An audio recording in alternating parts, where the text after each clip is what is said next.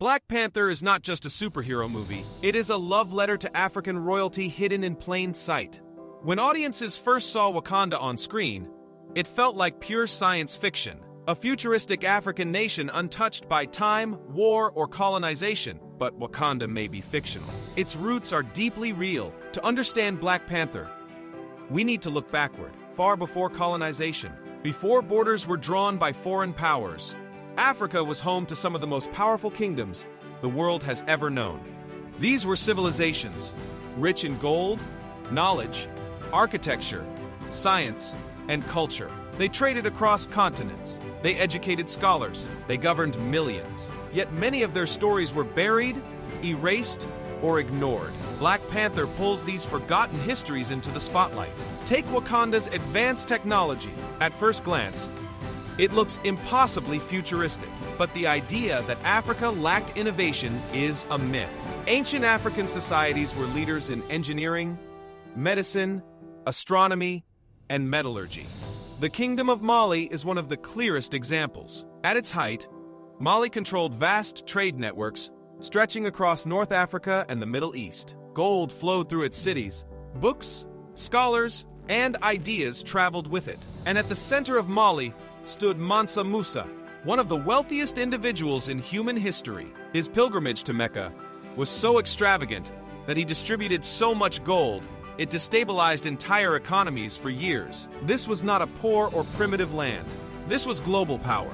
Wakanda's wealth, discipline, and confidence echo this legacy. The film's royal traditions also reflect real African monarchies. The Ashanti Empire, for example, ruled parts of West Africa with sacred authority. Their kings were not just political leaders, they were spiritual symbols. Gold represented divine power, unity, and legitimacy. In Wakanda, the throne is not inherited lightly. It must be earned.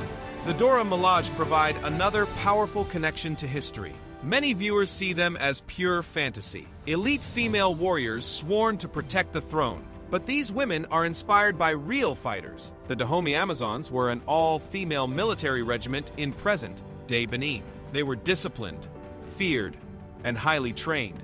European colonizers described them as unstoppable. They fought on the front lines. They defended their people without hesitation. Black Panther honors their legacy by placing African women at the center of strength, intelligence, and leadership. Even the Black Panther suit carries deep symbolism. Across Africa, animals represented spiritual power. Leopards and panthers symbolized kingship, agility, dominance, and protection. Rulers wore animal skins, not as decoration, but as identity. When T'Challa dons the Black Panther mantle, he is not just becoming a hero, he is stepping into an ancient role. The ritual combat scene reflects real coronation traditions. Leadership was not simply inherited by blood, it was tested through courage, honor, and public accountability. A king had to prove himself worthy in front of his people. Then, there is Wakanda's isolation. This is one of the film's most misunderstood themes. Wakanda is not hidden because it is afraid. It is hidden because history taught it caution. Africa was not behind the world. It was interrupted. Colonization did not just steal land, it erased histories. Libraries were burned, artifacts were looted, kingdoms were renamed, borders were redrawn without consent. Stories were rewritten by outsiders. Black Panther imagines a world where that interruption never happened, a world where African royalty continued to evolve on its own terms. A future built on ancient greatness instead of stolen fragments. Killmonger represents a painful truth many people feel but rarely see explored. The African diaspora carries generational wounds, displacement, disconnection, loss of identity. Killmonger is not just a villain. He is a product of abandonment, of stolen heritage, of growing up without roots. His anger comes from a very real place. T'Challa's journey is not about defeating him. It is about understanding him and choosing a different path.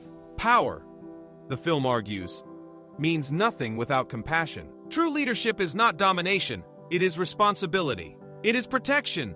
It is sharing knowledge rather than hoarding it. By the end, Wakanda opens itself to the world, not through conquest, but through cooperation. Black Panther reminds us of something powerful. Africa was never without kings. It was never without brilliance. It was never without innovation. The real history was hidden, but it was never gone. And now, the world is finally starting to listen.